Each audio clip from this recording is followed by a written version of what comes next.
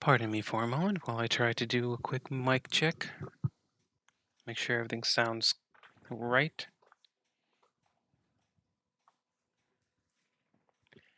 Doopy doopy doo doo doo doo ba doo doo doo doo doo doo doo bum ba doo da da da da da da bum ba da dum. Grab this. Try this. Boo boo boo boom ba da bum. Do da da bum ba da dum. Da da da dum da da dum dun dun da dun da da ba dun dun da da dum. Ya dum ba dum ba dum.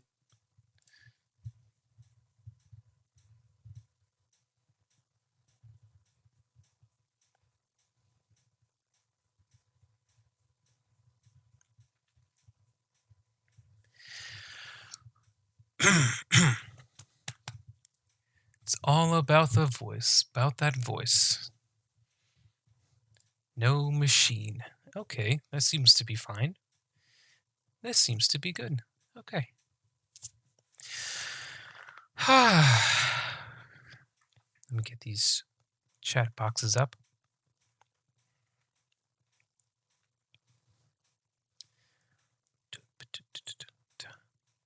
Dun, dun, dun, dun, dun, dun, dun. Alrighty. Whew. Okay, that's it. Hello, ladies and gentlemen. My name is edwardjrenegaud, and wow, have I been busy. I completely forgot to do a stream this morning, so I'm coming here very unprepared. I don't know, I did not know what to draw, and I wasn't sure what game to play, so I thought, what if I do something very different? So I was thinking about what stuff is presented on, what sort of stuff is presented on Switch, and not Switch, Twitch. Telling you, I'm all over the place right now. Things that are being streamed on Twitch, and I'm thinking, you know what I don't see? Books. No one reads books. It's either first-person shooters, some form of battle royale game, GTA, maybe some sort of small party game, some just talking. But I've never seen anyone read. Probably for a good reason, because not many people read nowadays. That's understandable. Unless you're reading webtoons. Then good. That's nice. Actually, I'm kind of behind on webtoons. So today, I'm going to be reading out of a science fiction novel. Well, a collection of short stories. But not just any short stories written in the 1960s. Let me find the publishing date here. 1958. The title of the book is called The Best Science Fiction Stories and Novels, 9th Series, edited by T.E. Dickety, with the Science Fiction Year by T.E. Dickety as well, and the Science Fiction Book Index by Earl Kemp. Published in 1958, and oh, would you look at that? Copyright notice, 1958, by Dickety as well. And it says, all rights, oh dear. All rights in this book are reserved. It may not be used for dramatic, motion, or talking picture purposes without written authorization from the holder of these rights, nor may the book or part thereof be reproduced in any manner whatsoever without permission in writing, except for brief quotations embodied in critical articles and reviews. For information, address Advent Publishers. And they give the address, so on and so forth. Yes, you do not call them. You do not go to their website. This was the 60s. And I always find it fascinating looking at these old science fiction books because in here are dreams that these authors had of where we will be in the future. And I can't help but to say, I'm sorry, but your dreams are not fully realized yet. We do not have flying cars. We do not have. We do not have. Forgot to transition some things. Actually, since I'm not really doing anything here, I guess I'll just do this. No, it's not a problem. It's legit. Just, I wonder if I can find the picture. Perhaps that'll be a wiser idea. Yes, unfortunately, to those authors who are no doubt long been deceased, or if you're still alive, we don't have flying cars. We have computers. That's for sure. We have great computers. In fact, we're creeping closer to quantum computers. Isn't that fantastic? Let's see. What is the thing called? The best science fiction stories and novels.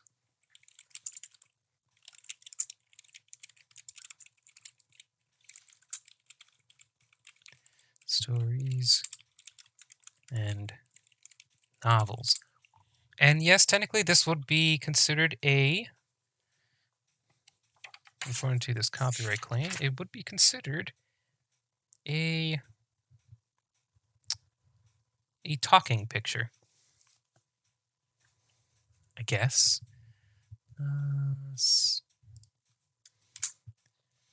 1958 edition, if you be so kind. Let's see if I can find it. Ah, this looks like it. Damn. Is this it? Close. I do not have this elaborate, beautiful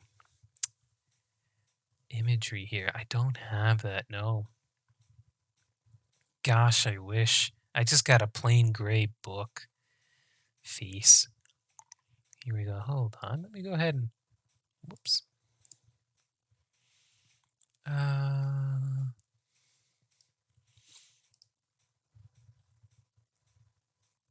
There we go. Now let me go. Let me do a few adjustments here.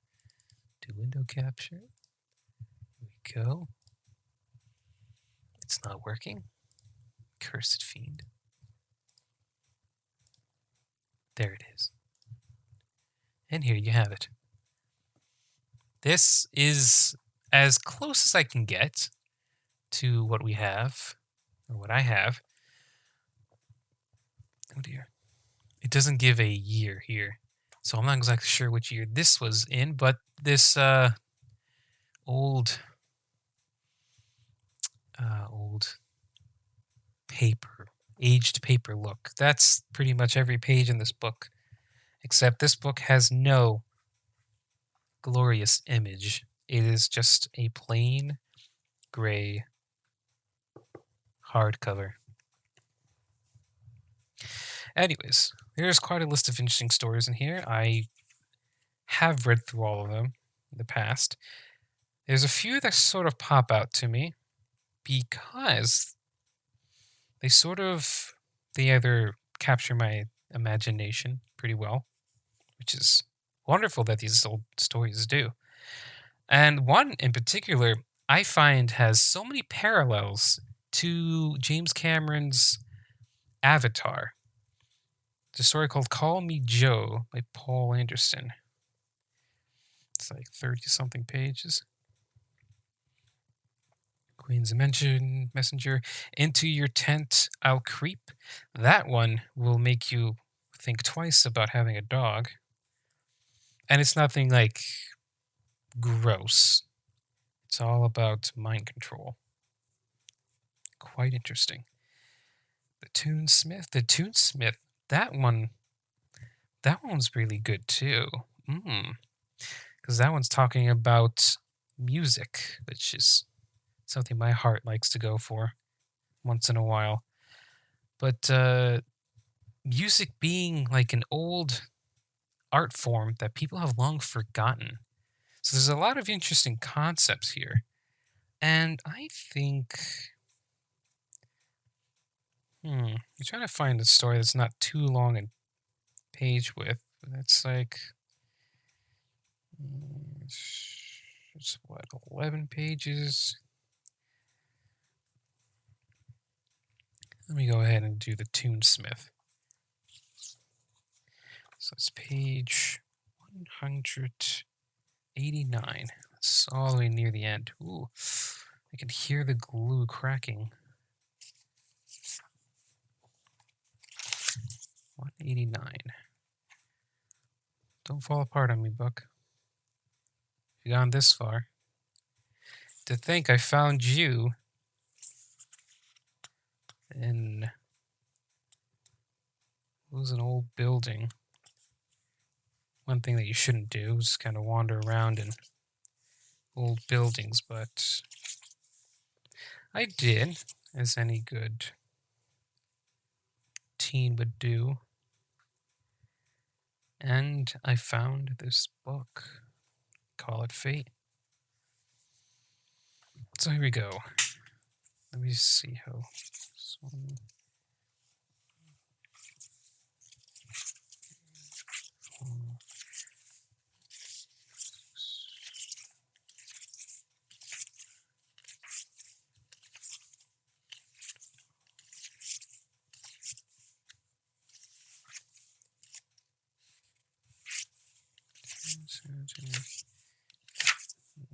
18 times 2. Talk about a story. Yeah, actually, it's quite a decent sized chunk. So let me go ahead and put a bookmark here real quick. Ah, shit. Lost my page. Yeah, I did.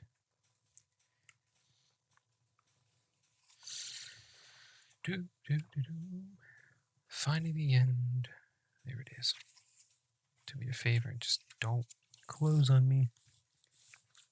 Here we go. I have a bookmark set for the end of the page. This is going to be a long segment by the looks of this. All right, then. This one is The Toonsmith by Lord Biggle Jr. Mind you, I tend to stumble when I read too fast, accidentally add a few words. Not the most best reader, but reading's a dying art. Never stop reading, people. All right, The Toonsmith by Lloyd Biggle Jr. Everyone calls it the Center. It has another name, a long one, that gets listed in government appropriations and can be looked up in the encyclopedia, but no one uses it. From Bombay to Lima, it is the center. You can stagger out of the rolling mist of Venus, elbow your way up to a bar, and begin. When I was at the center. And every stranger within hearing will listen attentively. You can mention the center in the depths of London, or on a Martian desert, or at a solitary outpost on Pluto, and know you are understood. No one ever explains the center. It isn't possible, and it isn't necessary. From the babe in arms to the centurion looking forward to retirement, everyone has been there and plans to go again next year and the year after that. It is the vacation land of the solar system. It is the square miles of unadulterating American Middle West farmland, transfigured by indigenous planning and relentless labor and in incredible expenses. Oh, sorry, I saw some text on the bottom of the page. I'll get to that thought process in a moment. It is a monumental summary of a man's cultural achievements, and like a phoenix, it has emerged suddenly, inexplicably, inexplicably at the end of the 24th century from the corroded ashes of a shocking cultural decay. Okay, so yeah, I saw a text on the bottom of the page and it was just talking about copyright. But sometimes when you're reading through a book, you may run into something that has an asterisk by it. And I've noticed these in some of the from much older books, where when there's a sentence or a word with an asterisk by it, you might want to look at the bottom of the page and they would have some context for you, whether it is referencing to something else or it's giving you additional information about whatever's being said. So, sentences and words with asterisks have additional information. I think I've seen that quite a few times in old textbooks. I don't know why I'm reading so many old books. Anywho, I will continue. The center is colossal, spectacular, magnificent. It is inspiring, edifying, and amazing. It is an awesome. It is overpowering. It is everything. I know that was. It is everything. And though few of its visitors know about this or care, it is also haunted. You are standing in the observation gallery of the towering Bach. Bach moment. Off to the left, on the slope of a hill, you see the tense spectators who crowd the Grecian theater for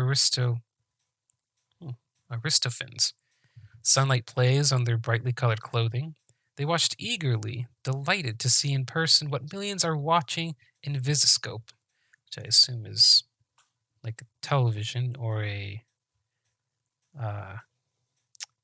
holograph, some sort, hologram kind of thing. Beyond the theater, the tree-linked Frank Lloyd Wright Boulevard curves off into the distance. Past the Dante Monument and the cathedral rise above the skipped a sentence.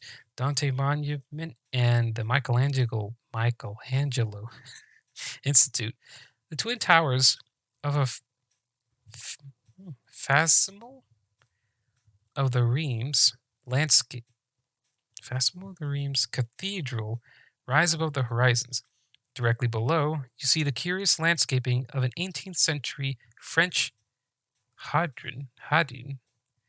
And here I was studying French, and I can't pronounce that. It's been a while. And nearby, the Molière Theater. Molière. Gosh dang, I gotta go back to French. A hand clutches your sleeve, and you turn suddenly, irritably, and find yourself face to face with an old man. The leathery face is scarred and wrinkled, the thin strands of hair glistening white. The hand on your arm is a gnarled claw.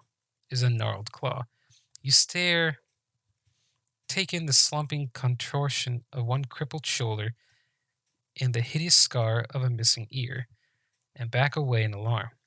The sunken eyes follow you. The hand extends in a sweeping gesture that takes in the far horizon, and you notice that the fingers are maimed or missing. The voice is a harsh crackle. Like it? He says, and eyes you expectantly. Startled, you say, Why, yes, of course. He takes a step forward, and his eyes are eager, pleading. I say, do you like it? In your perplexity, you could do no more than nod as you turn and hurry away.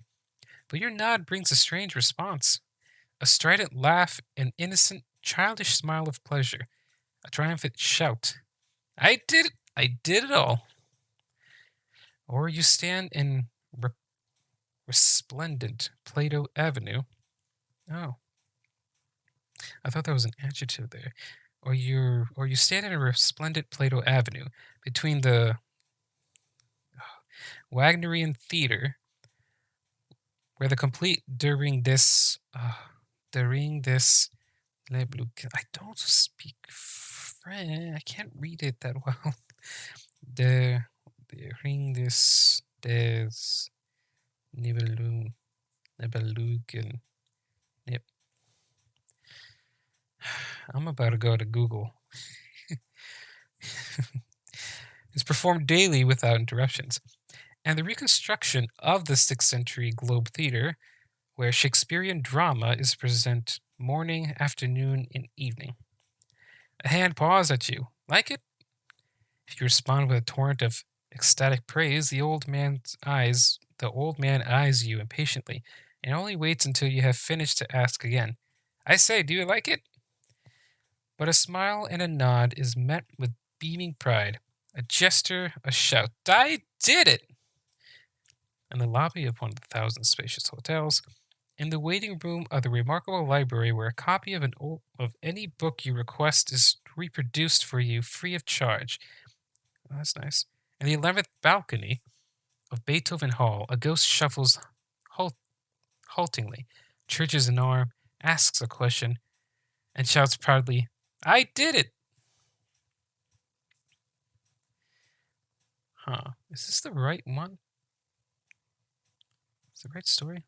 Well, I started it. Might as well finish it. Aaron Bach, I believe that is this, or Bacque, B-A-Q-U-E. It's Erlene Bach, sensed her presence behind him, but he did not turn. He leaned forward, his left hand tearing and rumbling bass finger from the multichord, while his right hand fingered a solemn melody. With a lightning flip of his hand, he touched a button, and the thin treble tones were suddenly fuller, more resonant, almost clarinet-like. But God, how unlike a clarinet, he thought. Must we go through all that again, Val? He said. The landlord was here this morning. He hesitated, touched several buttons, and wove weird harmonies out of the booming tones of a brass choir. But what a feeble, distorted brass choir. How long does he give us this time? 2 days. And the food synthesizer is broken down again. Good. Run down and buy some fresh meat. With what? He slammed his fist down on the keyboard and shouted above the shattering dissonance. I will not rent a harmonizer. I will not turn my haranguing over to hacks. If a comm goes out with my name on it, it's going to be composed. It may be idiotic and it may be sickening, but it's going to be done right. It isn't much, God knows, but it's all I have left. He turned away and glared at her. This pale, drooping, worn-out woman who had been his wife for 25 years. Then he looked away, telling himself stubbornly that he was no more to be blamed than she. When sponsors paid the same rates for good comms that they paid for hack work. Is Halsey coming by today, she asked. He told me he was coming. If we could get some money for the landlord, and the food synthesizer, and the new visiscope, and new clothes, there's a limit to what can be done with one comm. He heard her move away, heard the door open and waited. It did not close. Walter called. She said, You're the featured tunesmith on today's showcase. So? There's no money in that. I thought you wouldn't want to watch, so I told Miss Rennick I'd watch with her. Sure, go ahead, have fun. The door closed. Bach got to his feet and stood looking down at his chaos-strewn work table. Music paper, lyric releases, pencils, sketches, half-finished manuscripts were cluttered together in untidy heaps and overflowed onto the floor. Bach cleared a corner for himself and sat down wearily, stretching his long legs under the table. Damn Hughley, he muttered.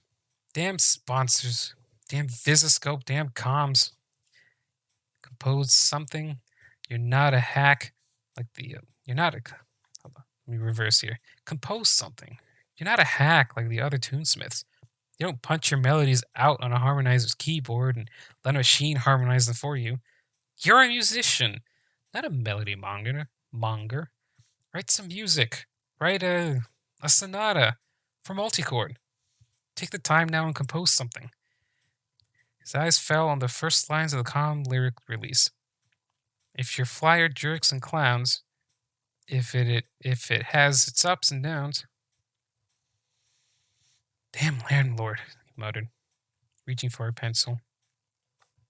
The tiny wall clock tinkled the hour. Yeah, it says tinkled. Tinkled. Doesn't tinkle mean piss? I think it will be like a high pitch ringing. Tinkle. The tiny wall clock tinkled the hour, and Bach leaned over to turn on the visiscope. A cherub-faced master of ceremonies smiled out at him ingratiatingly. Ooh, ingratiating. Yeah, okay, yeah, I got that right. Ingratiatingly. Walter again, ladies and gentlemen. Pardon, I had a belch. It's comp time on today's showcase. 30 minutes of commercials by one of today's most talented. What? 30 minutes of commercials? 30 minutes of commercials by one of today's most talented tunesmiths. Our comp spotlight is on. A noisy brass fanfare rang out, the tainted brass tones of multichord. Erlen Bach. The multichord swung into an odd, dipsy melody Bach had done 5 years before, for tampered cheese, and a scattering of applause surrounded in the background. A nasal soprano voice mouthed the words, Nasal?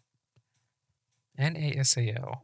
A nasal soprano voice mouthed the words, and Bach groaned unhappily. We age our cheese, and age it, and age it, and age it, the old-fashioned way. Walter cavorted about the stage, moving in time with the melody, darting down into the audience to kiss some sedate housewife on a holiday, and beaming at the howls of laughter. The multichord sounded another fanfare, and Walter leaped back into the stage, both arms extended over his head. Now listen to this, all you beautiful people. Here's our Walter exclusive on Erlen Bach.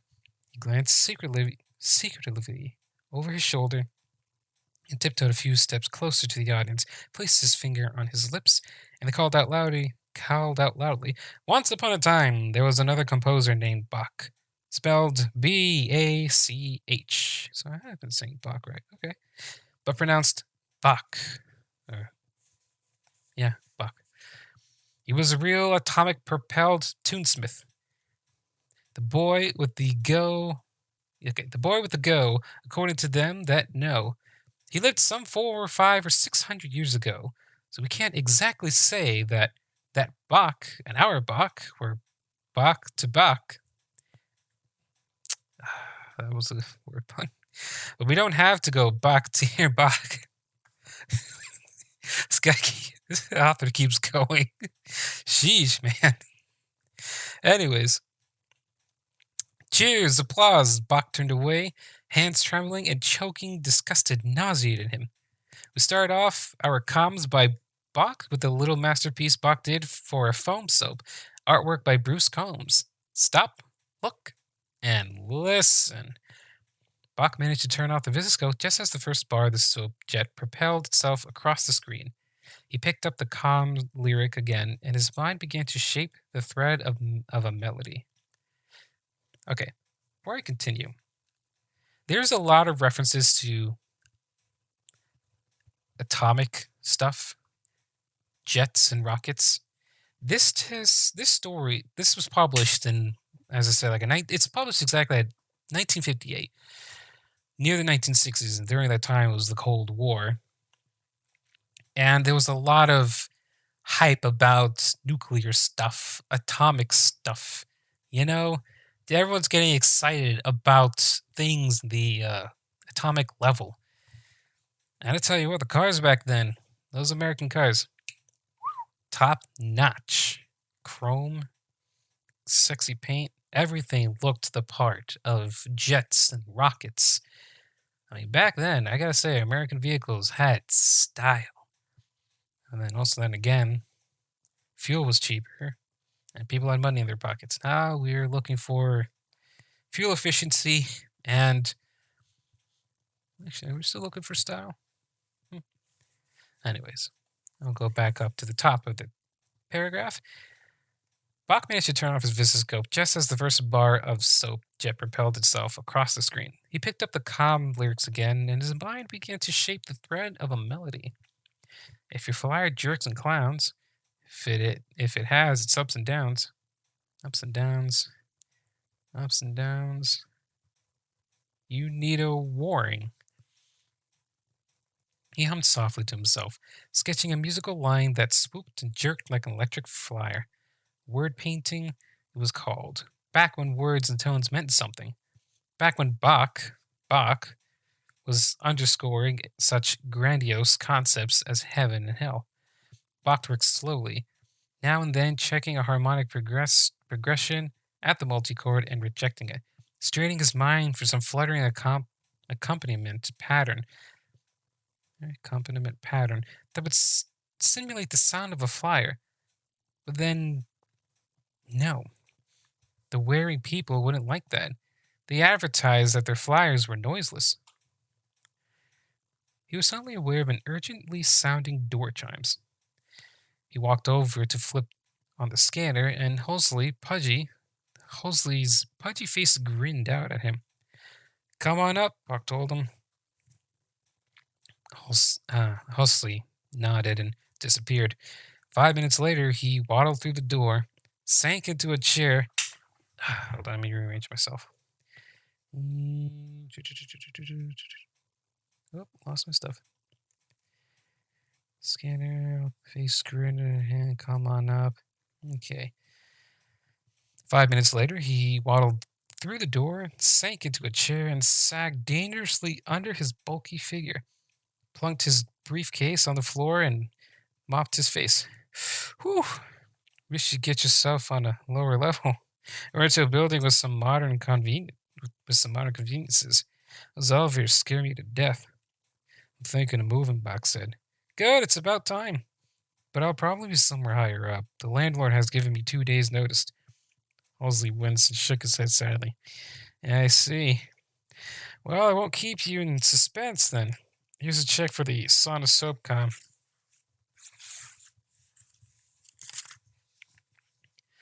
Bach took the deck, glanced at it, and scowled. You were behind in your guild dues, Halsey said. Have to deduct them, you know. Yes, I'd forgotten. I like to do business with sauna soap. Cash right on the line. Too many companies wait until the end of the month. Sauna soap wants a couple of changes, but they paid anyway. He snapped open the briefcase and pulled out a folder. You got some sly bits in this, Erlen, my boy. They like it. Particularly the sudsty, but not after they heard it. Oh, nope. Skipped a line on accident. Sudsty thing in the bass. They kicked on the number of the singers at first, but not after they heard it. Now right here they want a break for a straight announcement. Bach glanced and nodded.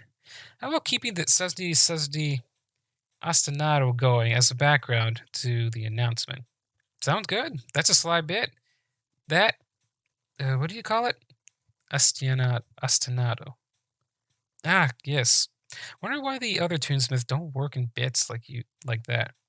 A harmonizer doesn't produce effects, Bach said dryly. You know, I should really rework English. Well, this isn't a script. It's a book. Anyways, a harmonizer doesn't produce effects, Bach said dryly. It just harmonizes. You give them about 30 seconds of that sudsy for background, they can cut it if they don't like it. Bach nodded and scribbled a note on the manuscript. And the arrangement, Huxley went on. Sorry, Erlen, but we can't get a French horn player. You'll have to do something else with that part. No horn player? What's wrong with Rankin? Blacklisted. The Performers Guild has him blacklisted. He went out to the West Coast to play, playing for nothing, and even paid his own expenses, so they blacklisted him. I remember, Bach said softly. The Monuments of Art Society. He played a Mozart horn concerto for them. Their last concert, too. Wish I had heard it, even if it was with the multichord. He could play it all. Hold on. He could play it all he wants to now, but he'll never get paid for playing again. You could work that horn part into the multi-chord line, or I might be able to get you a trumpet player. He could use a converter. It'll ruin the effect. Halsey chuckled. Sounds the same to everyone but you, my boy.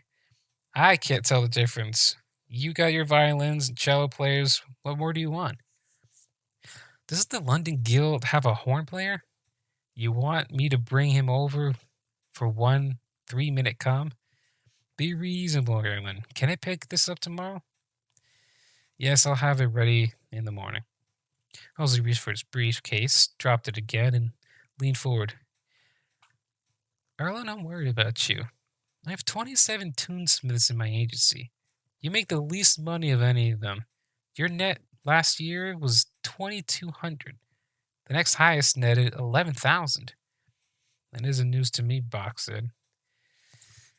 This may be. You have as many accounts as any of the others. Did you know that?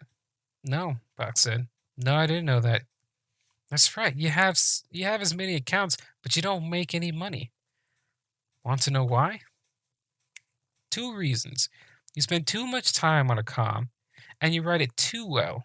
Sponsors can use one of your comms for months, or sometimes even years, like the tamper cheese thing. People like to hear them. Now, if you just didn't write so damn well, you would work faster, and sponsors would have to use more of your comms, and you would turn out more. I thought about that. Even if I didn't, Val would keep reminding me, which is no use. That's the way I have to work. If there was some way to get sponsors to pay more for a good comm, there isn't. The guild... I lost my way. The guild wouldn't stand for it, because good comms means less work, and most tunesmiths couldn't write a really good comm. Now, don't think I'm concerned about my agency.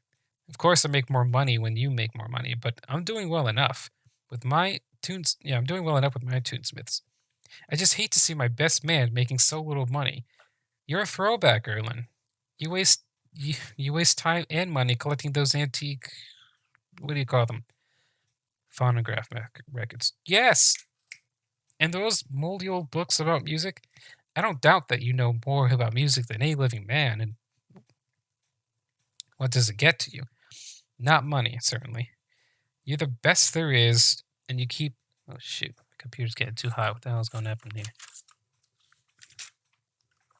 Oh. Ooh. Okay. Where was I? There isn't... I'll start at... there isn't. The guild wouldn't stand for it, because good comms means less work, and most tunesmiths couldn't write a really good comm. Now, don't think I'm concerned about my agency. Of course I make more money when you make more money, but I'm doing well enough with my other tunesmiths. I just hate to see my best man making so little money. You're a throwback, Erlen. You waste time and money collecting those antique... What do you call them? Phonograph records. Yes! And those moldy old books about music. I don't doubt that you know more about music than any living man. And what does it get to you? What does it get you? Not money, certainly. You're the best there is, and you keep trying to be better. And the better you get, the less money you make. Your income drops lower every year. Couldn't you manage to be mediocre now and then? No, Box said. I couldn't manage it.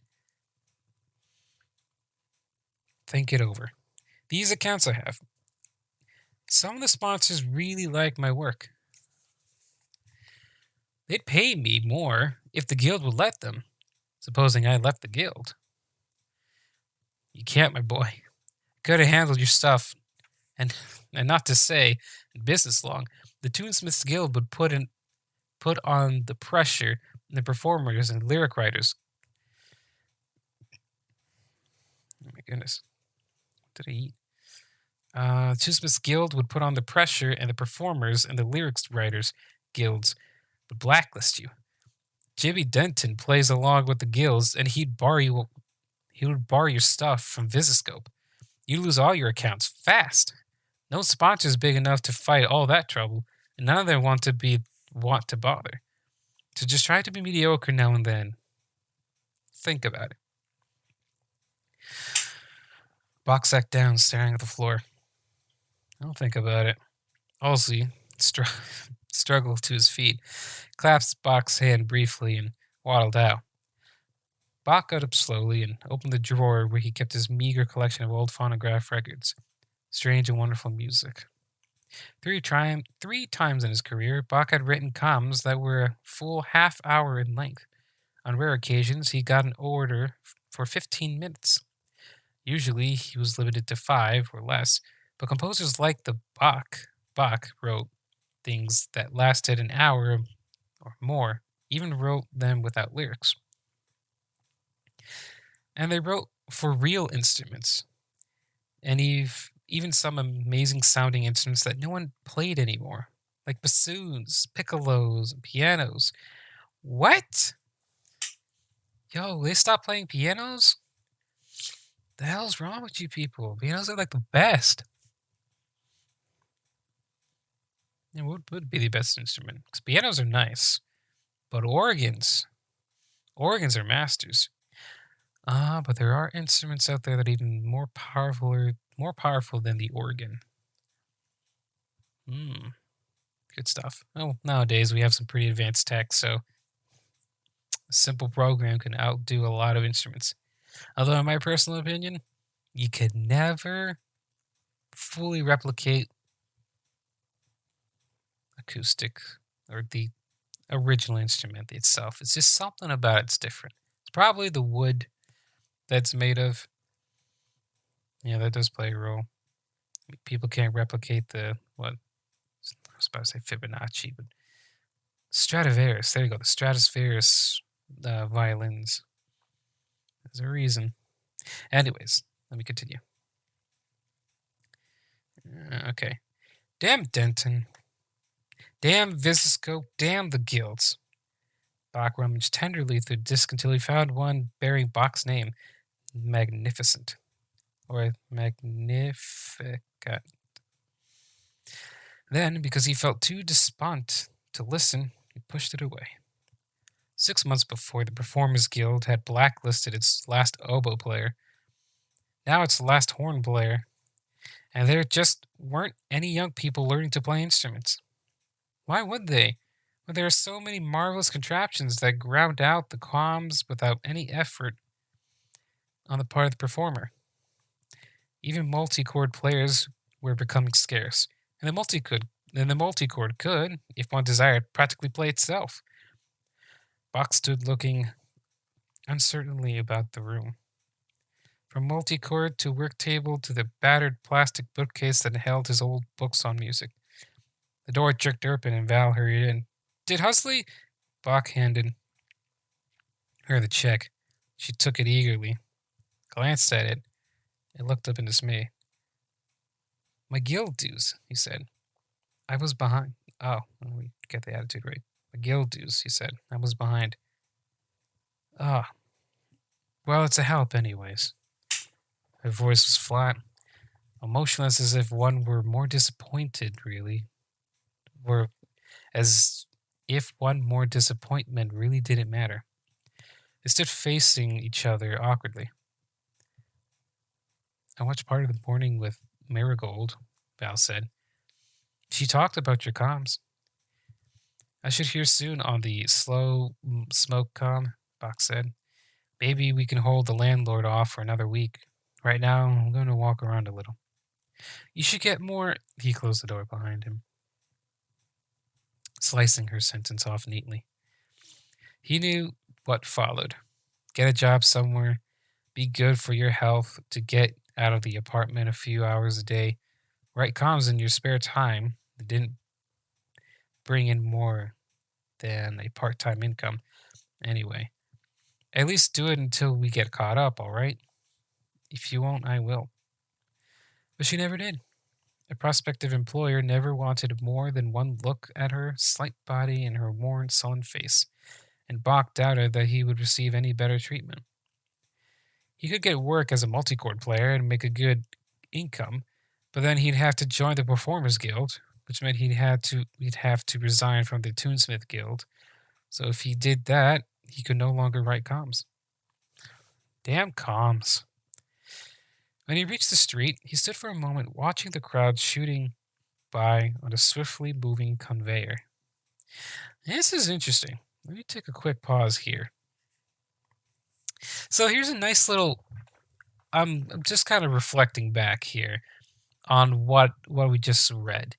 So this is sort of talking. This sort of connects to what we have now, where you can go on music programs and they can just you can throw some stuff together and make something sound fantastic without a lot of effort.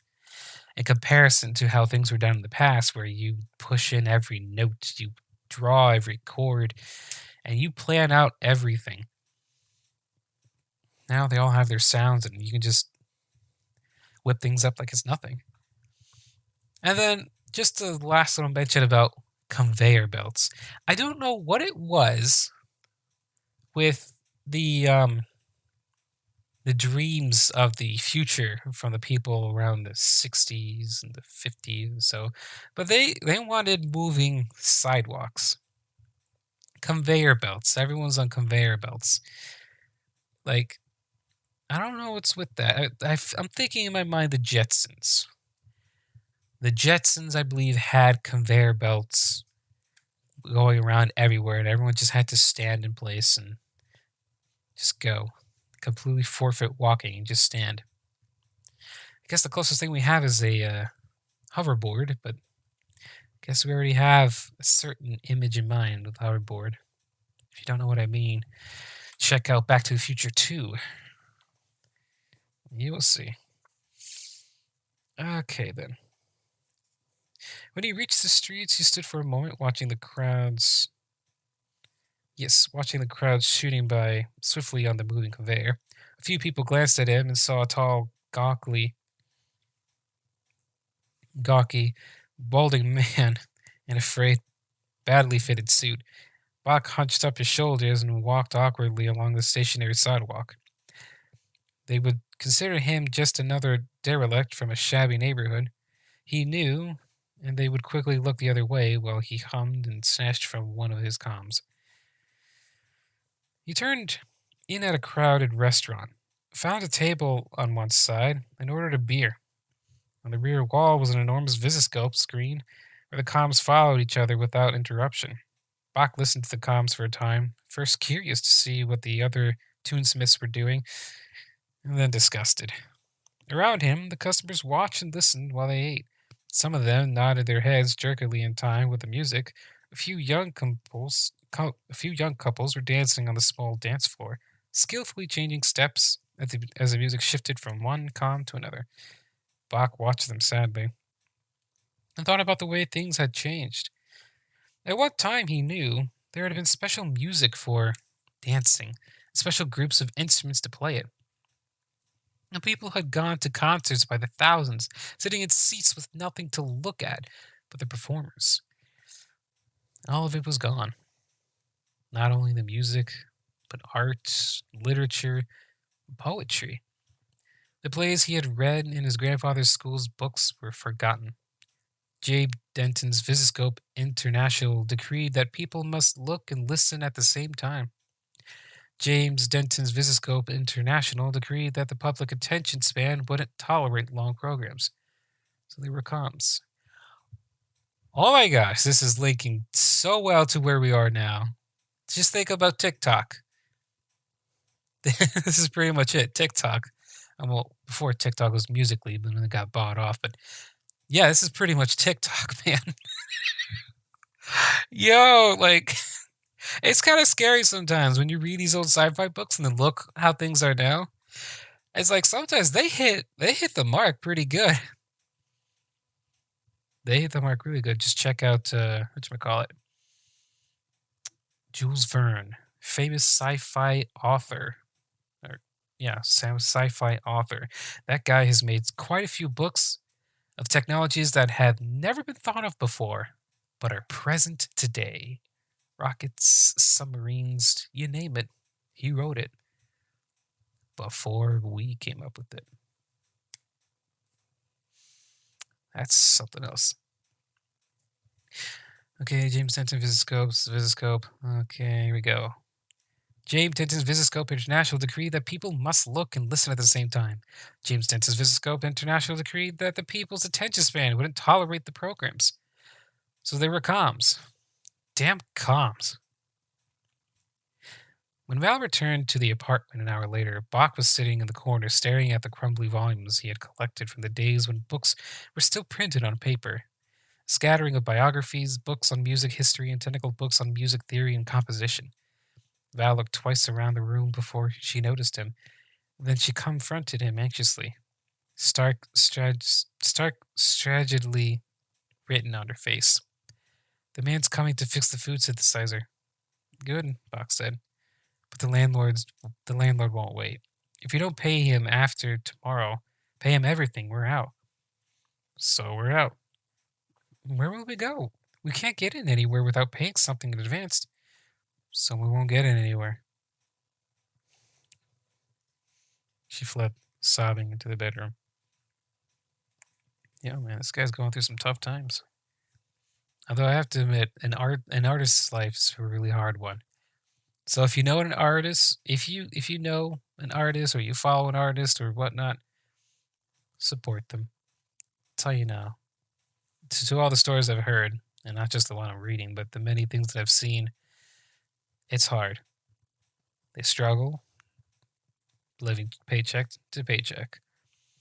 So if they put a price on a image that you think is a bit high, well, so is the cost of their living.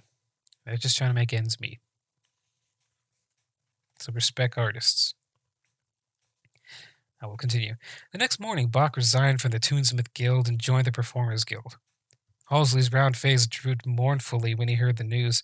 He loaned Bach enough money to pay his guild registration fee and quite the landlord, and expressed his sorrow in eloquent terms as he hurried Bach out of his office. He would, Bach knew, waste no time in assigning Bach's clients to his other toonsmiths, to men who worked faster and not so well. Bach went to the guild hall, where he sat for 5 hours waiting for a multi-court assignment. He was finally escorted into the secret secretary's office and brusquely motioned into a chair. The secretary eyed him suspiciously. You belonged to the Performers Guild 20 years ago, and you left it to become a toonsmith, right? Right, Bach said. You lost your seniority after 3 years? You knew that, didn't you? I didn't, but I didn't think it mattered. There aren't many good multi-core players around. There aren't many good jobs around either. You have to start at the bottom, he scribbled, a slip of paper, and thrust it at Bach. This one pays well, but you have a hard time keeping a man there. Lanky isn't easy to work for. If you don't irritate him too much, well, then we'll see. Bach found himself outside the door, staring hard at the slip of paper. He rode the conveyor out to the New Jersey spaceport, floundered about through a rattle-trap slum getting his directions hopelessly confused, and finally found the place almost with radiation distance of the port. Oof. The sprawling building had burned at some time in a remote past. Stubby remnants of walls rose out of the weed-choked rubble. A walk curved back from the street towards a dimly lit cavity at the corner of the building. Steps led uncertainly downwards.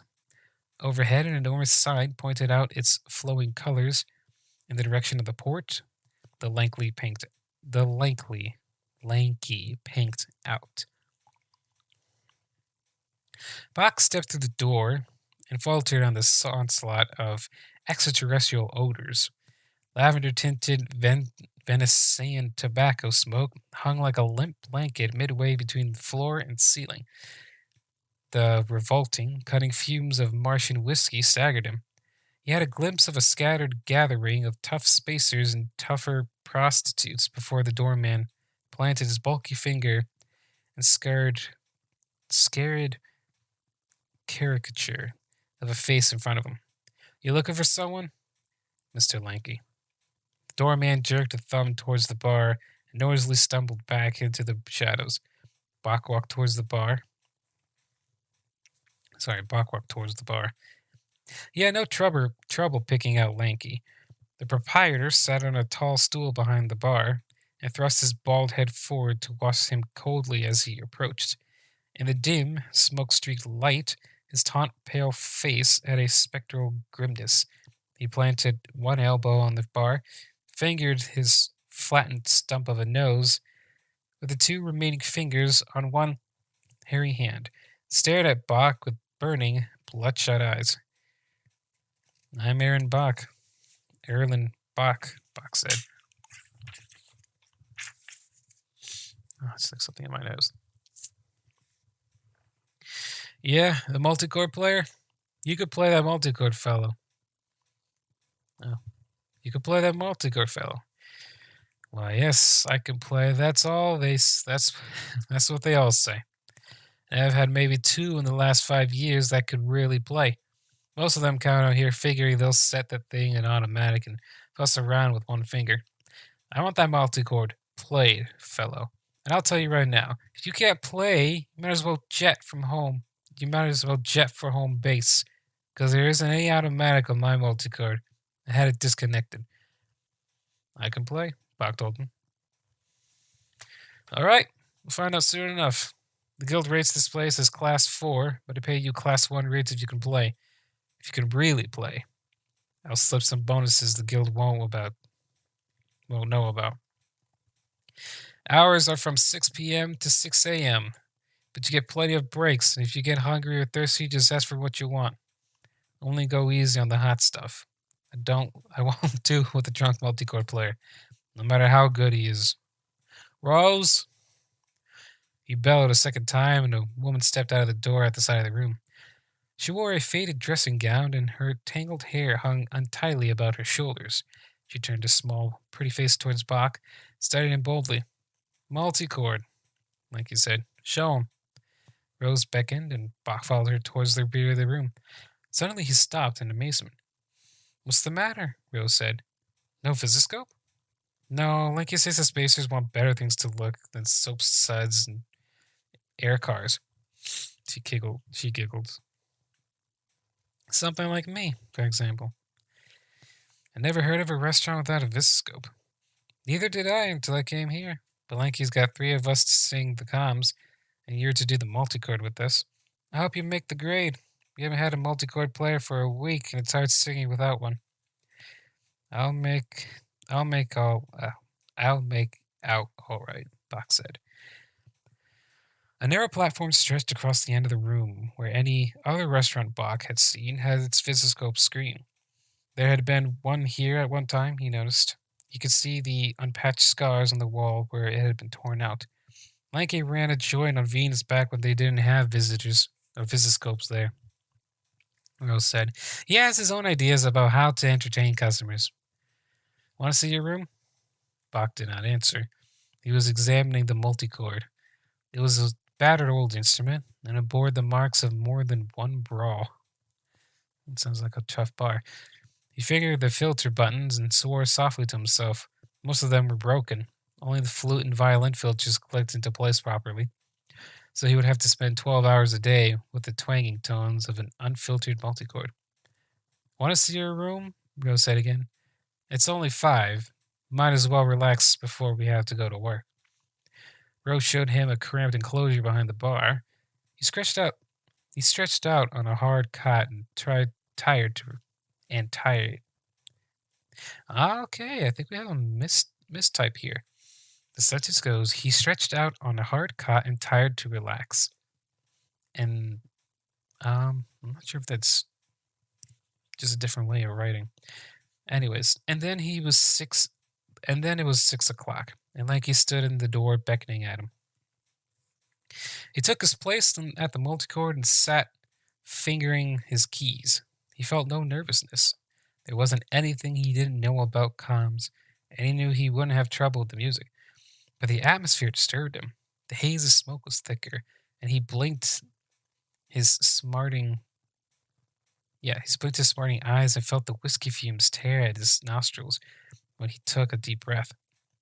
There was still only a scattering of customers, mechanics in grimy worn suit, swaggering pilots, a few civilians who liked their liquor, strong, and don't mind the surroundings, and women. 2 women, he guessed, for every man in the room. Actually, it's a lot. There was a sudden stirring, a yelp of approval, and an unrestrained stomping of feet. Langley was crossing the platform with Rose and the other singers. Bach's first horrified impression was that the girls were nude, but as they came closer, he made out their brief plastic costumes. Langley was right, he thought. The spacers would much prefer looking at that than an animated comms on the Visiscope screen. You met Rose, Lanky? You met Rose, Lanky said. This is Xana and May. Let's get going. He walked away, and the girls gathered around the multicord. What comms do you know? Rose said. I know them all. She looked at him doubtfully. We sing together, and then we take turns. You're sure you know them all? Bach flipped on the power and sounded a chord. You sing, and I'll handle this. We'll start out with the tasty malt comm. It goes like this. She hummed softly. You know that one? I wrote it, Bach said. He sang better than he had expected. He followed them easily and was able to keep his eyes on the customers. Heads were jerking in time with the music, and he quickly caught the mood and began to experiment. His fingers shaped a rolling rhythm in the bass, fumbled with it attentively, and then expanded it. He abandoned the melodic line, leaving the girls to carry on by themselves while he searched the entire keyboard for an ornament the driving rhythm. The feet began to stomp. The girls' bodies were swaying wildly, and Bach felt himself rocking back and forth as the music swept out recklessly.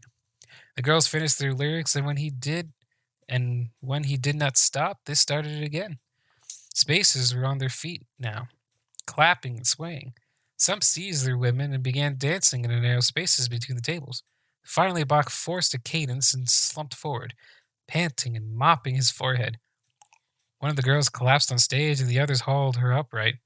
They fled to a frenzy of applause. Bach felt a hand on his shoulder. Lanky, this ugly, expressionist-faced eyed Bach, turned to study the wildly enthusiastic customers, turned back to Bach. He nodded and walked away. Rose came back alone, still breathing heavily. How about a Sally Ann perfume comm? Tell me the words, Bach said. She recited them tonelessly, a tragic little story about the shattered romance of a girl who did not use Sally Ann. Shall we make them cry? Bach said. Just concentrate on that. It's a sad story, and we're going to make them cry. She stood by the multicord and sang plaintively. Bach fashioned a muted, tremulous accompaniment. Accompaniment. English. And when the second verse started, he improvised a drooping counter melody. The spacers sat in hushed suspense. The men did not cry. Some of the women sniffed audibly, and when Rose finished, there was a taut silence. Quick, Bach hissed. We'll brighten things up. Sing something. Anything. She launched into another comm, and Bach brought the spacers to their feet with the driving rhythm of his accompaniment.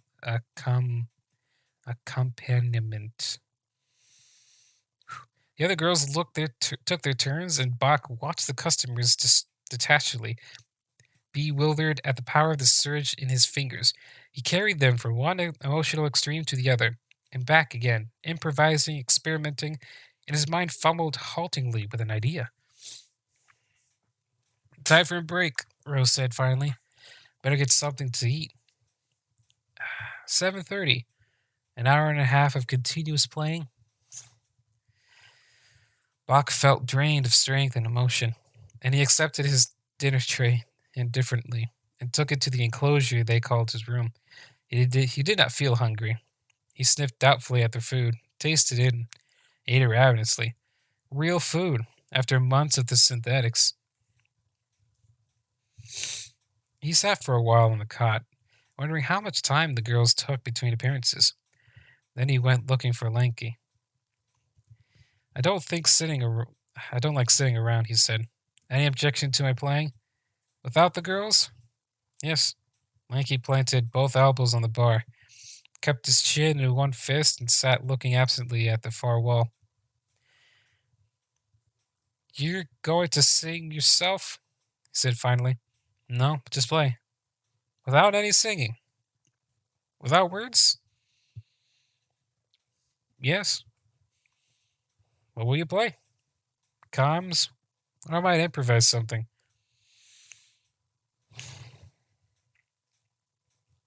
A long silence. Then, "You think you could keep things moving while the girls are out?" "Of course I could." Lanky continued to concentrate. Lanky continued to concentrate on the far wall. His eyebrows contracted, relaxed, and contracted again. "All right," he said. "I was just wondering why I never thought of it." Unnoticed, Bach took his place at the multichord. He began softly, making music an unobstructed background to the rollicking conversation that filled the room. As he increased the volume, faces turned in his direction. He wondered what those people were thinking, hearing for the first time music that was not a calm, music without words. He watched intently and satisfied himself that he was holding their attention. Now, could he bring them out of their seats with nothing more than their sterile tones of the multichord? Oh, sorry, nothing more than the sterile tones of the multichord? He gave the melody a rhythmic snap when the stomping began. As he increased the volume again, Rose came stumbling out of a doorway and hurried across the stage, perplexity written on her. Perplexity. There it is, perplexity. Written on her face. Written on her pert face. Small details matter. "It's all right," Bach told her. "I'm just playing to amuse myself. Don't come back until you're ready." She nodded and walked away. A red-faced spacer near the platform looked up at the revealed outline of her young body and leered. Fascinated, Bach studied the course, demanding less than his face, and searched the keyboard to express it. This, or he had it. His body rocked as he felt himself caught up in the relentless rhythm. His foot tightened on the volume control, and he turned to watch the customers. Every pair of eyes stared hypnotically at his corner of the room. The bartender stood at half crouch, half crouch, mouth gaped. There was an uneasiness, a strange shuffling of feet, a relentless scraping of chairs. Bach's foot dug harder at the volume control. Terrified, he sat watching the sea that erupted below him. What a word. Lasciviousness twisted every face. Men were at their feet, reaching for the women, clutching, pawing. A chair crashed to the floor and a table, and no one seemed to notice. A woman's dress fluttered crazily downwards, and the pursued were pursuers, while Bach's fingers raced onward out of control. With a violent effort, he wrenched his hands from the keys, and the moment of silence crashed into the room like thunder. Fingers trembling, he began to play softly and differently. Order was restored when he looked again. The chair and table were upright. The customers were seated in apparent relaxation, except for one woman, struggling back into her dress in obvious embarrassment. Bach continued to play quietly until the girls returned. 6 a.m., body aching with weariness, hands aching, legs cramped. Bach climbed down from the multichord. Lanky stood waiting for him. "Class 1 rates," he said. "If you got a job with me as long as you want. But take it a little easy with that stuff, will you?" Bach thought about Val, cramped in the dreary apartment, eating synthetic food. "Would I be out of order to ask for an advance?" "No," Lanky said. "Not out of order. Told the cashier to give you 100 on your way out. Call it a bonus." Weary from his long conveyor ride, Bach walked quietly into his dim apartment and looked about. No sign of Val. She would still be sleeping. He sat down at his own multichord and touched the keys. Unbelievable. Music without comms, without words, could make people laugh and cry, dance and convert madly. and it could turn them into lewd animals. Wonderingly, he played that music that had incited such unconcealed lust, played it louder and louder, and felt a hand on his shoulder, and turned to look into Val's passion-twisted face. He asked Halsey to come. Halsey. He asked Halsey? Hulsey? Sounds about right. He asked Halsey to come and hear him that night. And later, Halsey sat slumped on the cot in his room and shouted, "It isn't right. No man should have the power over people. How do you do it?" "I don't know," Buck said. "I saw that young couple sitting there, and they were happy, and I felt their happiness. And as I played, everyone in the room was happy. And then every couple came in, quarreling. And the next thing I knew it, I had everyone mad. Almost started a fight at the next table," Halsey said. "And what you did after that?" And what you did after that. That's how the sentence ends. "Yes, but not as much as I did last night. You should have seen it last night." Halsey shuddered again. "I have a book about Greek music," Bach said. "Ancient Greece, way back. They had something they called ethos. They thought that the different musical scales affected people in different ways." Quick pause over there, and yes, that is a definitely proven fact. Play a sad song, you hit the right notes, you can make anyone cry.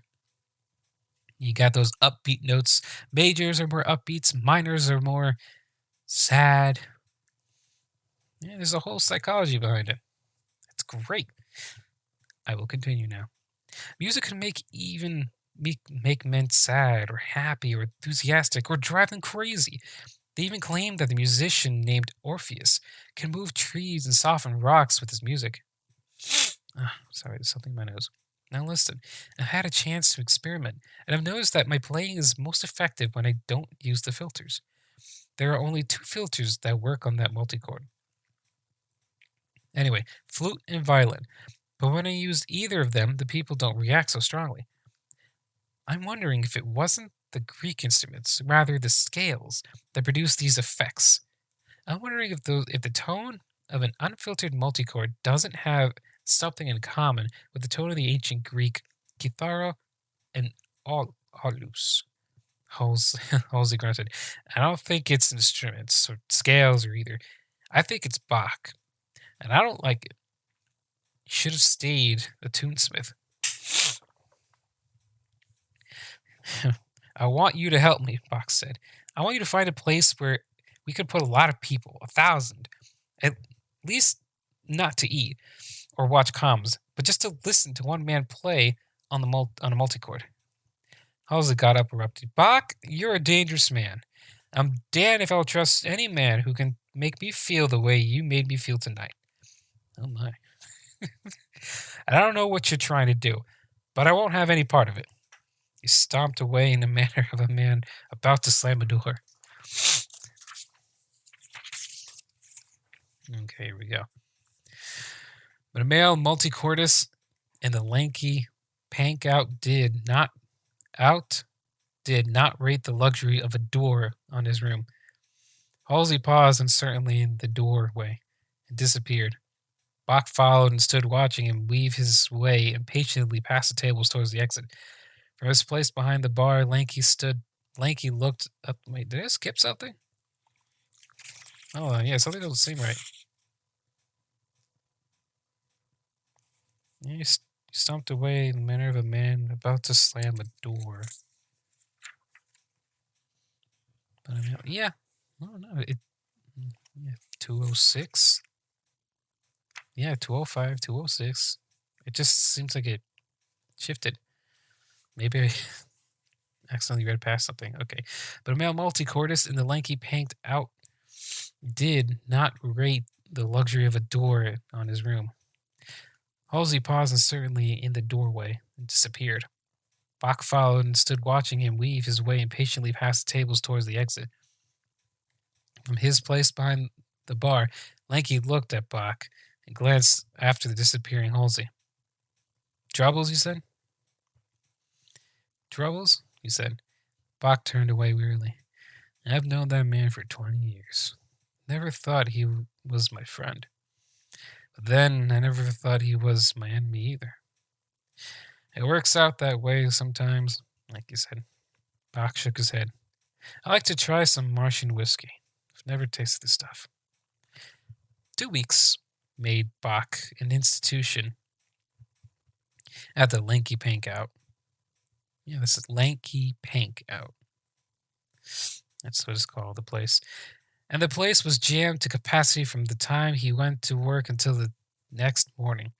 When he performed alone, he forgot about the comms and played what he wanted. He'd even played some pieces from Bach for the customers and received generous applause through nothing like the tumultuous enthusiasm that followed his improvisations.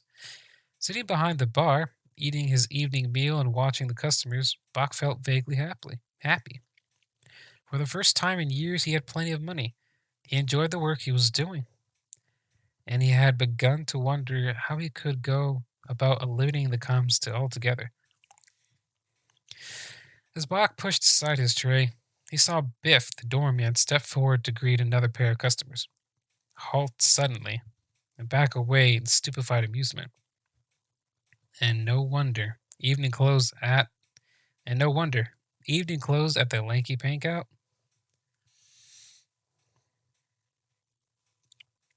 No, evening closed at the Lanky Pank Out with an exclamation mark. Though I'm not going to be yelling because people are sleeping. Well, the couple strolled into the room, blinking in the dim, smoke-tinted light and looking about curiously. The man was bronze and handsome, but no one noticed him. The woman's striking beauty flashed out like a meteor against the drab surroundings. She moved in an aura of shining loveliness.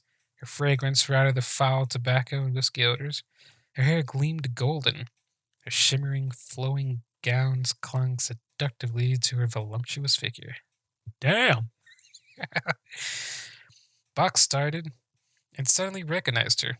Marigold of Morning with Marigold, worshipped around the solar system by the millions of devotees to her Visiscope program. Mistress, it was said, to James Denton, the Tsar of Visiscope. Marigold Manning. She raised her... Ouch. Hit my mic. She raised her hand in her mouth in mock horror, and the bright tones of laughter dropped tantalizingly among her spellbound spacers. What an odd place, she said. Where did you ever hear about a place like this? I need some Martian whiskey, damn it, the man muttered. So stupid of the port bar to run out. With all those ships from the bars coming in, too? Are you sure we can't get back in time? Jimmy'll raise hell if we aren't there with his ship lands. When his ship lands. Lanky touched Bach's arm. After 6, he said, without taking his eyes from Marigold Manning. They'll be getting impatient. Bach nodded and started for the multicord. And as soon as the customer saw him, the tumult began. He paused before taking his seat and saw Marigold Manning and her escort staring open-mouthed. The sudden uproar had brought them up short, and they had turned from the stomping, howling customers to examine this nondescript man who inspired such indignified enthusiasm. Miss Manning's exclamation rang out sharply above the noise. What the hell? Bach shrugged and started to play. Take that, Karen. When Miss Manning finally left... Oh, wait. Yeah, there it is. When Miss Manning finally left, after a brief conference with Lanky, her escort still hadn't gotten his Martian whiskey. The next evening, Lanky greeted Bach with both fists full of telenotes. What a hell of a mess this is. You see this Marigold Dames program this morning? Don't think I've watched Visiscope since I came to work here. In case it interests you, you were, what did she call it? A Marigold exclusive on Visiscope this morning. Erland Bach, the famous tunesmith, is now playing the multichord in a queer little restaurant called the Lanky Pank Out. If you want to hear some amazing music, wander out by the New Jersey spaceport and hear Bach. Don't miss it. This is the experience of a lifetime. Lanky swore and waved the tall tones. Queer, she calls us. Now I've got 10,000 requests for reservations, some from as far away as Budapest and Shanghai. And our capacity is 500, counting standing room. Damn that woman. He already had the business. He already had all the business he could handle. You need a bigger place, Box said. Yes, well, confidentially, I've got my eye on a big warehouse. You'll see 1,000 at least. We'll clean up. I'll give you a contract to take charge of the music. Oof. What time is it? All right, we got time. Let's go push it. Bach shook his head. How about opening up a big place? How about opening a big place uptown? Attract people that have more money to spend. You run it, and I'll bring in the customers. Lanky caressed his flattened nose sullenly. How do we split? 50-50, Bach said. No, Lita said thoughtfully. I'll play fair, Bach. Well, 50-50 wouldn't be right on a deal like that. I'd have to put up all the money myself. I'll give you 1/3, and you're to handle the music. They had a lawyer draw up a contract. Bach's lawyer, Lanky insisted on that. This guy's going somewhere. Nice. All right, then. In the bleak gray of an early morning, Bach sleepily rode the crowded conveyor toward his apartment. It was the rush hour, when commuters jammed against each other and snarled grumpily when a neighbor shifted his feet. Was the crowd heavier than usual? I think my throat's getting dry. Oh my. Snarled grumpily, crowd getting heavier than usual. Okay, here we go. Bach shrugged off the jostling and elbowing and lost himself in thought. It was time he found a better place to live. He hadn't minded the dumpy apartment as long as he couldn't afford a better place. But Val has been complaining for years, and now when they can have a luxury apartment or even a small home over in Pennsylvania. Val refused to go. Didn't want to leave her friend, she said. Bach mulled over this problem of... Okay, let me pause right there. Do take into account that when you're reading old books, there are older mindsets also present. So I'm going to be reading over something. Well, since this in the 60s, it was usually the idea of, women. The women weren't seen at such a brighter light around this time. So if I run through some things that you guys find offensive, do note that it is an older piece of literature, and this was considered the norm at the time. I mean, trust me, the farther back you go, the more interesting, to put it lightly, it gets. I have ran into some older works of, what should we call it, Dr. Dolittle. It's a good book. I highly recommend it. It's a really great book. The new film that they have out for the Dr. Dolittle one, that's about as close as it gets to the book. The older one with Eddie Murphy, Eddie Murphy's a great guy. I love the guy. He's great. Great actor. But that film doesn't properly express the actual book of Dr. Dolittle. But anyways, the Dr. Dolittle book, in there, to put it brief and simple, it does get a little racist. Trust me, I cringed over those words, just over those paragraphs, but it's those times. It was part of those times. Same thing with Uncle Tom's Cabin, Huckleberry Finn. Oh, that takes place. That derives a lot of inspiration from the American South. So, oh yeah, if those sort of topics get you uncomfortable, then you don't need to read those. But they're good books. They are good books. Uncle Tom's Cabin, Huckleberry Finn. Those are great classic works of literature. I have yet to read them. Here I am talking about them like they're amazing, but they just highlight a lot of things in the American culture. But anyways, let me continue. So yeah, this is going to be a bit of sexism. Forewarning. Bach mulled over this problem of feminine contrariness and realized suddenly that he was approaching his own stop. He started to push his way towards a declaration strip. He shoved firmly. He attempted to step between his fellow riders.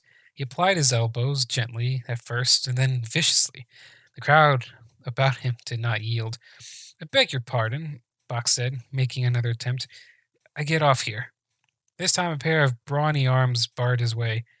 Not this morning, Bach. You got an appointment uptown. Oh, would you please stop? Okay, here we go. You got an appointment uptown. Bach flung a glance at the circle of faces around him. Hard faces, grim, gritting faces. With a sudden effort, Bach hurled himself sideways, fighting with all his strength, and he was hauled back roughly. Uptown, Bach. If you want to be, if you want to go dead, that's your affair. Uptown, Bach agreed. At a public airstrip, they left the conveyor. A flyer was waiting for them. A plush private job was displayed, a high priority X registration number. They flew swiftly towards downtown Manhattan, cutting recklessly across the airlines, and veered in front of a landing on the towered Visiscope International Building. Oh, shoot. Bach was bundled down an anti-gravity shaft, which we need nowadays, led through a labyrinth of corridors and prodded none too gently into an office. A huge office. It was sparsely furnished, with a desk, some chairs, a bar in the far corner, an enormous visiscope screen, and a multi-cord. It was crowded. It was crowded. Bach's gaze swept the blur of faces and found one that was familiar. Halsey. The plump ancient took 2 steps forward and stood glaring at Bach. Day of reckoning, Erlen, he said coldly. A hand rapped sharply on the desk. I take care of any reckoning that's done around here, Halsey. Please sit down, Mr. Bach. Bach arranged himself uncomfortably on the chair that was thrust forward from somewhere. He waited, his eyes on the man behind the desk. My name's Jane Denton. Does my fame extend to such out-of-the-way places as the Lanky Pank Out? No, Bach said, but I've heard of you. James Denton, Czar of Visiscope International, ruthless arbitrator of public taste. He was no more than 40, with a swarthy, handsome face, flashing eyes, and a ready smile. Sounds like a typical salesman. He nodded slowly, tapped a cigar at the edge of his desk, and carefully placed it in his mouth. Men on the other side of him extended lighters. Oh, damn. Boss. He chose one without glancing up, nodded again, and puffed deeply.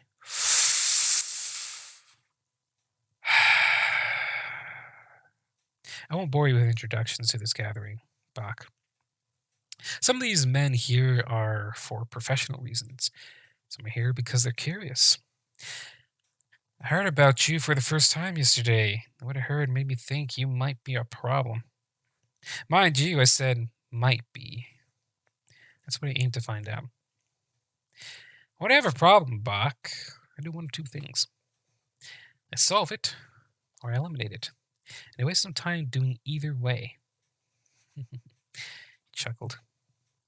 As you can see from the fact I had you brought in at the earliest moment you were, shall we say, available. The man's dangerous, Denton, Halsey blurted out. Let me get that back. There's this better. The man's dangerous, Denton, Halsey blurted out. Denton flashed his smile. I like dangerous men, Halsey. They're useful to have around. You can use whatever it is Mr. Bach has. I'll make him an attractive offer. I'm sure he'll accept it gratefully. If I can't use it, I aim to make damned certain that he won't be inconveniencing me. Do I make myself clear, Bach? Bach stared at the floor and said nothing. Denton leaned forward. Oh, let me shift around here. Pardon. Denton leaned forward. His smile did not waver, but his eyes narrowed and his voice was suddenly icy. Do I make myself clear, Bach? Yes, yes, Bach muttered weakly. Denton jerked a thumb towards the door. Half of those present, including Halsey, solemnly filed out. The others waited, talking in whispers, while Denton puffed steadily on his cigar. Suddenly, Denton's intercom rasped out a single word. Ready? Denton pointed at the multicord. We crave a demonstration of your skill, Mr. Bach, and take care that it's a good demonstration. Halsey is listening, and he can tell us if you try to stall. Bach nodded and took his place at the multicord. He sat with his fingers poised and grinned at the circle of staring faces. Overlords of business they were, and never in their lives had they heard real music. As for Halsey's, yes, Halsey would be listening, but over Denton's intercom, over a communication system designed to carry voices. And Halsey had a terrible ear for music. Still grinning, Bach touched the violin filter, touched it again, and faltered. Denton chuckled dryly. I neglected to inform you, Mr. Bach. On Halsey's advice, we've had the filters disconnected. Now, anger surged within Bach. He jammed his foot down hard on the volume control, instantly tapped out a Visiscope fanfare, and started to play his tamper cheese com. Face flushed, Denton leaned forward and snarled something. The man beside him stirred uneasily. Bach shifted to another com, improvised some variations, and began to watch the faces around him. Overlords of the business world. It would be amusing, he thought, to make them dance and stomp their feet. His fingers shaped a compelling rhythm, and they began to sway relentlessly. Suddenly, he forgot his caution. Laughing silently to himself, he released an overpowering torrent of sound that set the men dancing. He froze them in ridiculous postures with an outburst of surging emotion. He made them stomp recklessly. He brought tears to their eyes, and he finished off with a pounding force that Lanky called the sex music. Then he slumped over the keyboard, terrified at what he had done.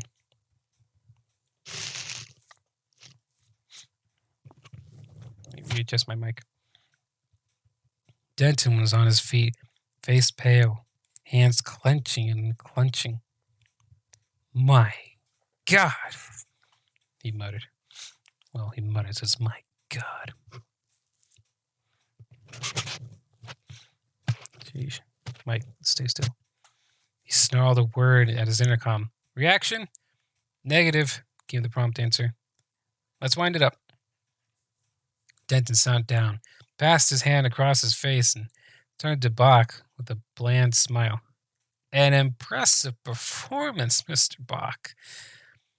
We'll know in a few minutes. Here they are. Those who had left earlier filed back into the room, and several men huddled together in a whispered conference. Denton got up from his desk and paced the floor.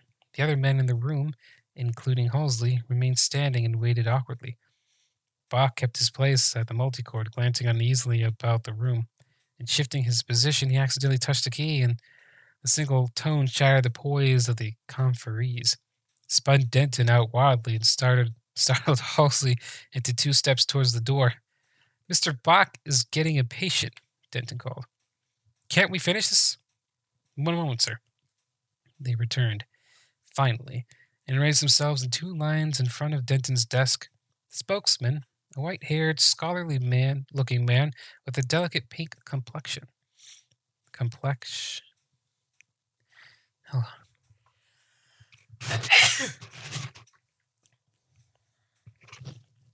Pardon me. This is an interesting spelling of complexion. Unless I've been spelling it wrong the entire time. Complexion. Some words, the more further back you go in time, are written differently than how they are now.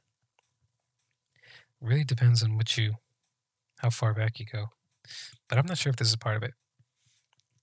Anyways, cleared his throat subconsciously and waited for Denton's nod.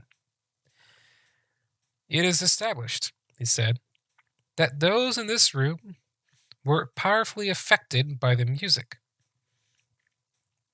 Those listening on the intercom experienced no reaction except a mild boredom. Any fool could figure that out, Denton snapped. How does it do? Oh, let me go back. Any fool can figure that out, Denton snapped. How does he do it? We can only offer a working hypothesis. So you're guessing... Let's have it. Erlen Bach has the ability to telepathically project his emotional experience. When the projection is subtly reinforced by the tones of the multichord, the experience of those in his immediate presence is intense and has no effect upon those listening to his music at a distance. And Visiscope? Bach's playing would have no effect upon Visiscope listeners. I see, Denton said. He scowled thoughtfully. What about his long-term success? It is difficult to predict. Predict, damn it! The novelty of his playing would attract attention at first. In time, he might develop a group of followers who would use the emotional experience of his playing as a kind of narcotic. Thank you, gentlemen, Denton said. That'll be all. The room emptied quickly.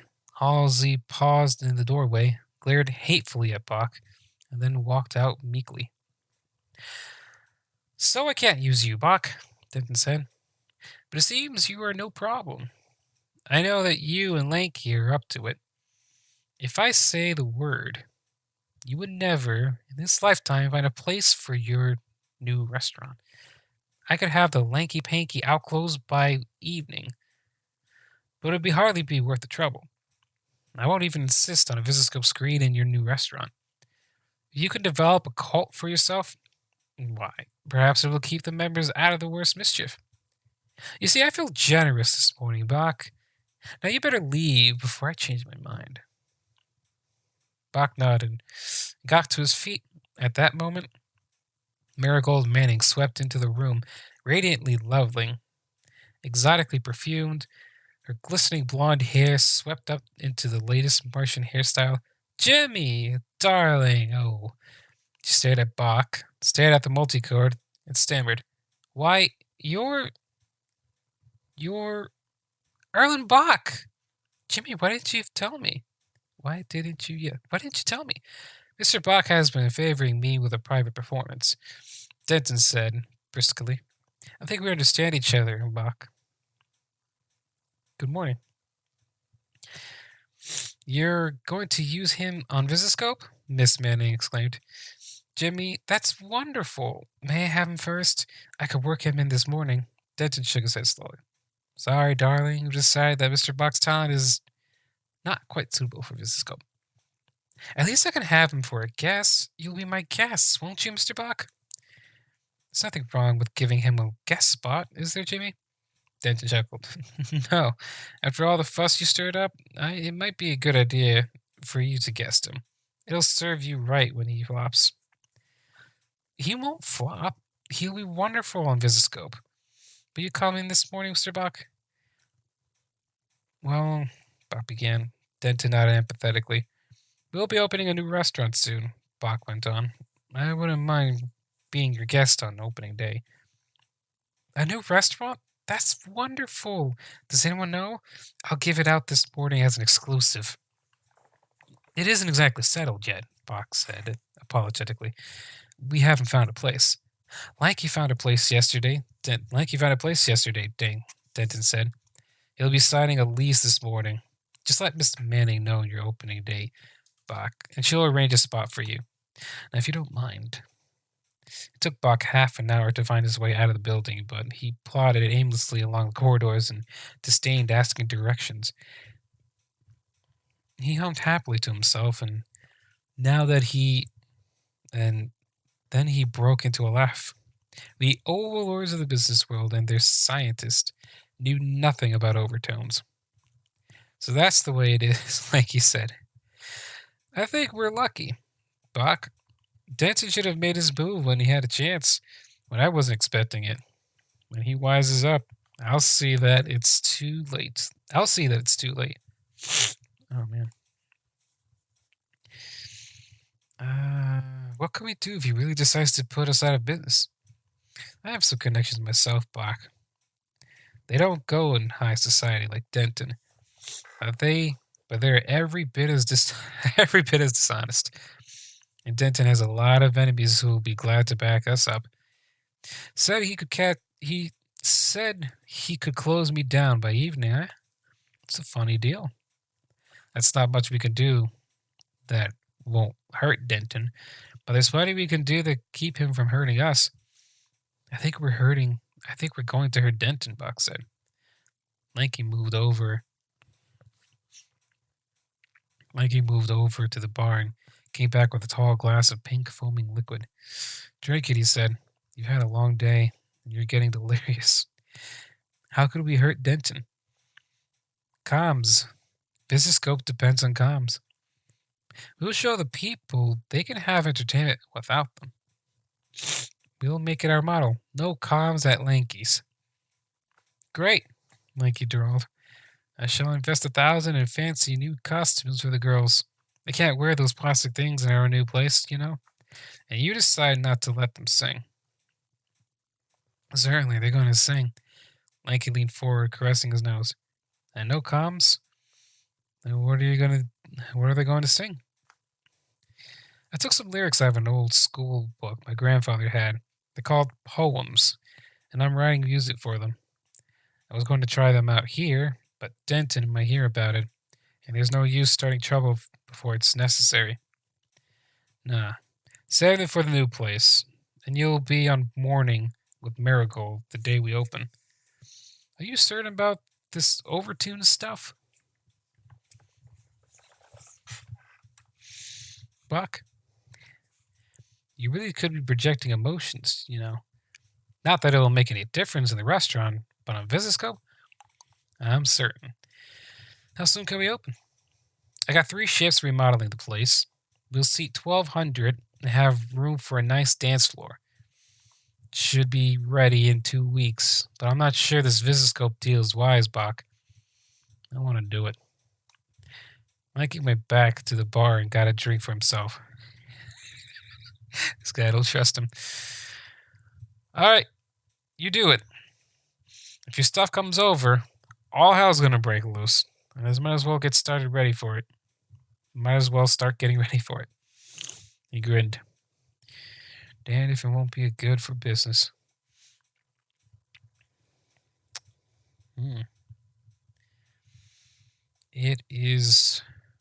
Unfortunately, it is time for me to get going. I'm going to get this bookmark and put it here. Okay. That will do it for today, ladies and gentlemen. Now, if you guys enjoyed this stream and are watching this through Twitch, go ahead and click a heart to follow and the bell to be notified of the next stream. If you're watching this through YouTube, go ahead and click subscribe and the notification bell if you want to be notified of the next stream. And as for this story, if you guys, I'm going to put a poll out there. And if you guys want me to continue this story, I will go ahead and continue it for the next stream, which will come next Monday.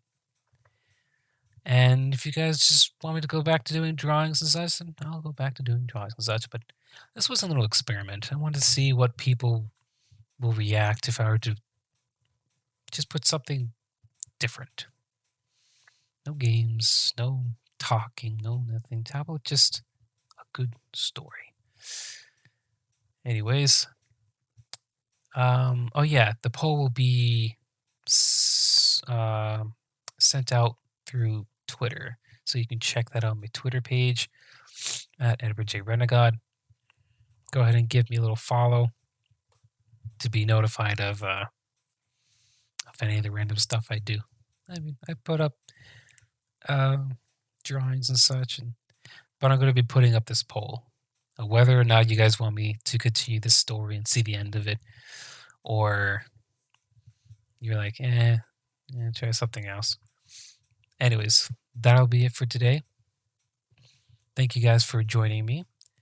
And remember, be bold, be creative, be you.